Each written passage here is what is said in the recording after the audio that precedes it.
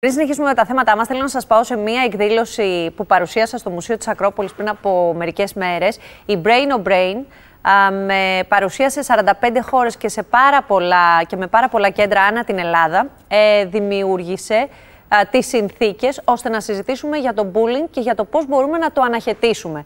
Τι κάνουμε όμως από το να κάνουμε μια διαπίστωση? Βλέπουμε πώς μπορούμε να ενισχύσουμε την αυτοπεποίθηση των παιδιών μας, ώστε ακόμα κι αν κάποιος προσπαθήσει να τους κάνει bullying, αυτά πολύ απλά να μην στεναχωρηθούν και να μπορέσουν να το αντιμετωπίσουν θωρακισμένα.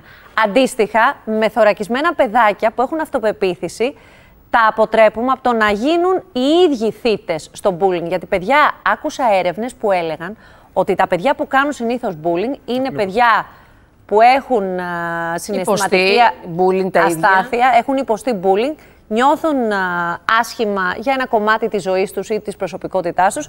Οπότε, ενισχύοντας τα παιδάκια μας, μπορούμε να πετύχουμε να μην γίνουν ούτε θύτες, ούτε θύματα. Λοιπόν, δείτε. Η Brain o' Brain, με αφορμή την έναρξη της νέας σχολικής χρονιάς, πραγματοποίησε μια μοναδική εκδήλωση με θέμα «Αναχαιτίζοντας το bullying» στο Μουσείο της Ακρόπολης, με παρουσιάστρια την Σταματίνα Τσιμτσιλή. Θέλω να πω ένα μεγάλο ευχαριστώ στην Brain o' Brain, γιατί όταν μιλάμε για το bullying, μιλάμε για ένα κοινωνικό ζήτημα που μας αφορά όλους. Συνήθως έχουμε μάθει να λειτουργούμε στο bullying τιμωρητικά.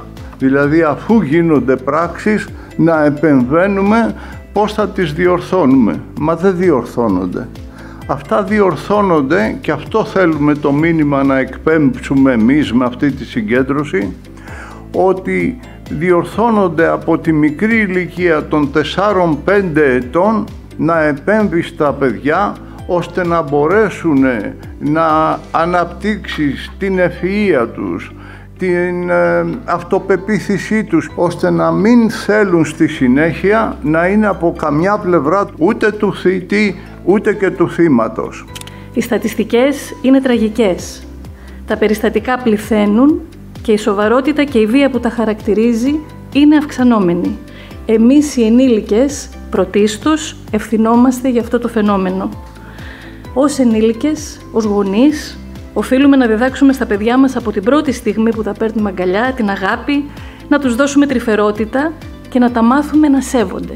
Ο Παγκόσμιος Οργανισμός Υγείας χαρακτηρίζει το bullying αφενός ως ένα κοινωνικό ζήτημα, αφετέρου όμως ως ένα σοβαρό πρόβλημα δημόσιας υγείας. Και ενώ αναφερθήκαμε στο bullying για τα παιδιά, αυτό δεν σημαίνει ότι δεν υπάρχει bullying ενηλίκων. Στον επαγγελματικό χώρο έχουμε sexual harassment, σεξουαλική παρενόχληση, έχουμε φαινόμενα κοινωνικής απομόνωσης, έχουμε απειλές για δημοσιοποίηση προσωπικών δεδομένων, διάδοση διαφόρων φημών. Όλα αυτά είναι απολύξεις του bullying.